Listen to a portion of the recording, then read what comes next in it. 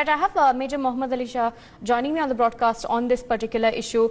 Sir, thank you for joining us this morning. Now, what we're talking about right now is India participating in an anti-terror exercise, of course, conducted by the SCO in Pakistan. Now, what are your thoughts on this particular development? I think it's a very good development and India should participate in it.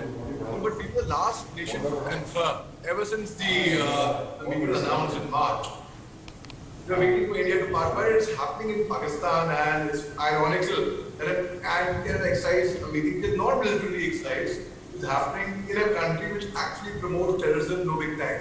Now, this meeting does not stop the accusation in Pakistan that they have been indulging ID, non-information technology, international terrorism, and cross-border terrorism. So yes, certainly it's a good thing that terrorism should be discussed. It's like going to a guilty house and discussing about the culprits, about the ones who are guilty. So let's see what happens in that. And earlier this month, the Prime Minister Dushanbe at the SU meeting did announce that yes, such meetings should take place, and it is and be encouraged, in fact. So that is one way forward that we can see. Right, so like you pointed out, sir, it is ironic that this particular anti-terrorist terror exercise is happening in Pakistan, where Pakistan, of course, it has been established that they have been funding terror organizations. They have been harboring Taliban fighters, Taliban terrorists, and training them. So what do you make of the fact that it is conducted in Pakistan? Do you think it is for show, it is some sort of display or theatrics? The exact reason why it's conducted in Pakistan and not in any other nation? Oh, of course, 100% it's displays, theatrics, and Pakistan always does that. They are known for it. You know, just before before an FATF, when they get decisions to be taken, they will go and arrest Hafiz Saeed, and or they will even plant bomb blasts outside his house, all orchestrated to show that he is being targeted, and they are punishing the guilty. So they have done this in the past. They continue doing it. They do not improve, they do not learn from their mistakes. But this is all theatrics. And the whole world knows that where are the suicide bombers trained? Which country specializes in training suicide bombers and in radicalizing them? Where was Osama bin Laden found?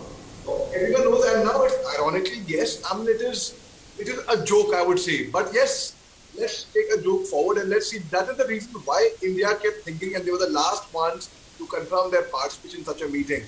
So let's wait and see what exactly Pakistan has to deliver on this. And they never walk the talk. They never practice what they preach. Taliban is learning from there. They're learning from China. They're learning psychological warfare. Saying the right things. But actions speak louder than words. So they can speak, they can do what they want, but let's see what actions they actually take to actually curb terrorism on ground.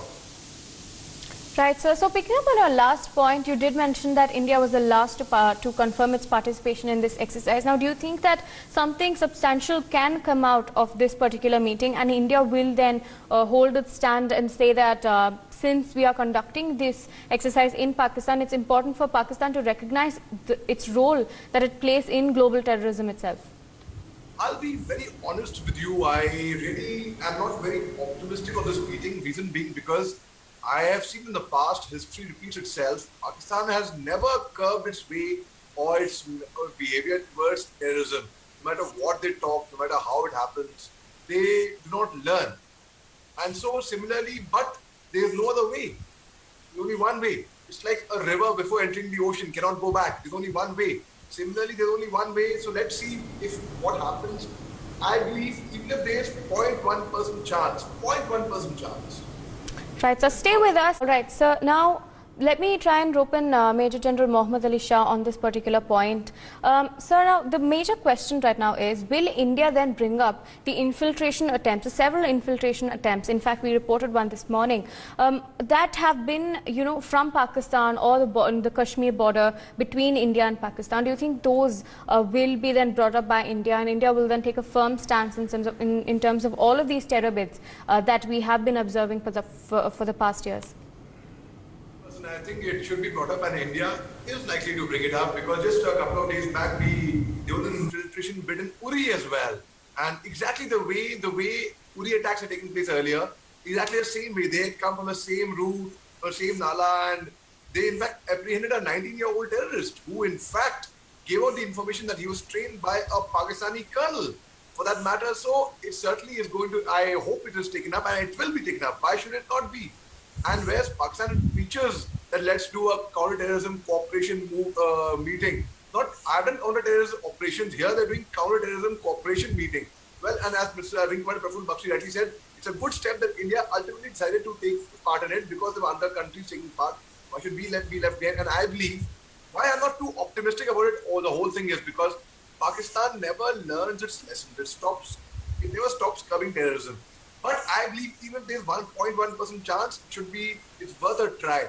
So certainly it's a golden opportunity for India to actually take part in a way, and we always believe in we don't believe in naming and shaming directly. We will say it very diplomatically. Like Prime Minister Narendra Modi just now in Washington, and when he went to US, he said in a very diplomatic manner, without naming any nation, anyone in particular, he said we should curb terrorism.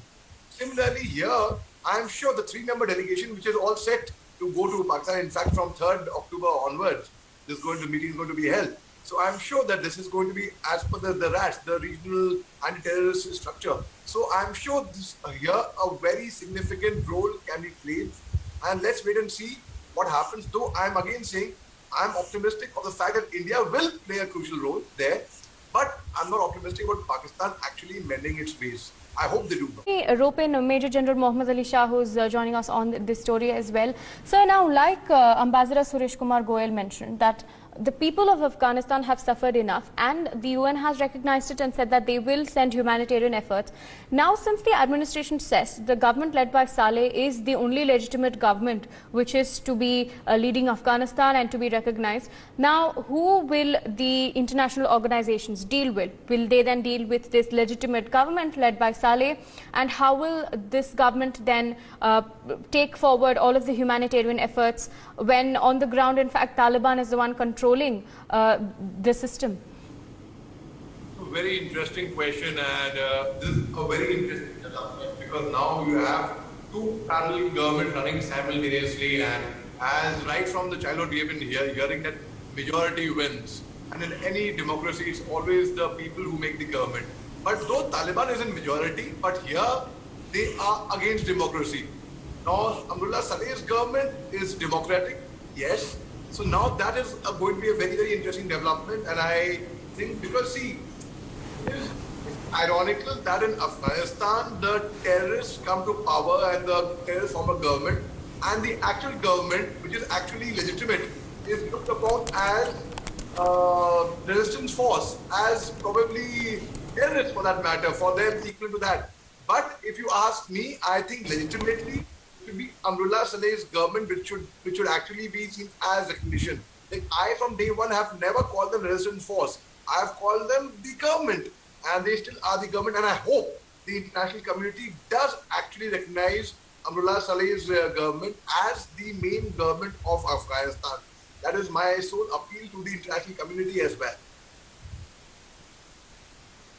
Focus, stay with us, Major General Mohammad Ali Shah, as we now discuss nuclear arsenal, and especially nuclear arsenal in Pakistan. I have Major General Mohammad Ali Shah joining us again on this particular story. So now the story that we have right now is the US was warned that Pakistan's nuclear arsenal, the internal security of Afghanistan, of course, would be at risk if the US withdrew from Afghanistan. Now, Pakistan's nuclear arsenal seems to be the major concern now after the fact that US has withdrawn from Afghanistan.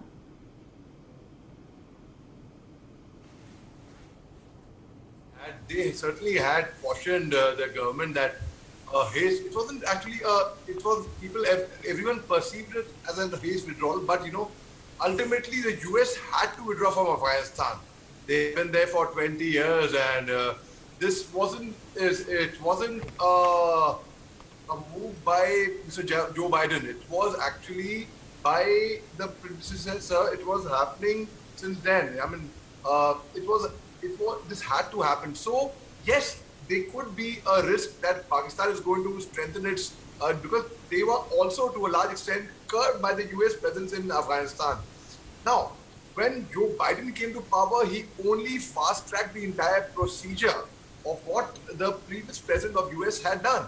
Because, like, the Qatar Pact was signed on 29th February 2020 between Qatar and the US envoy. So certainly this is a big risk. In fact, the whole world is seeing it as a perceived threat from Taliban coming to the world, and Pakistan, which is actually favoring Taliban. This certainly, most certainly, this could be Pakistan's reason to grow onto their nuclear weapon. But I don't really see Pakistan actually having the courage to use the nuclear weaponry that they have. They can only flex their muscles, but they cannot really do anything much about it. I hope I am right in that. Right, so I'd like to thank Major General Mohammad Ali Shah, Wing Commander Praful Bakshi and Major General A.K. Siwaj for joining us and providing insight onto this particular story.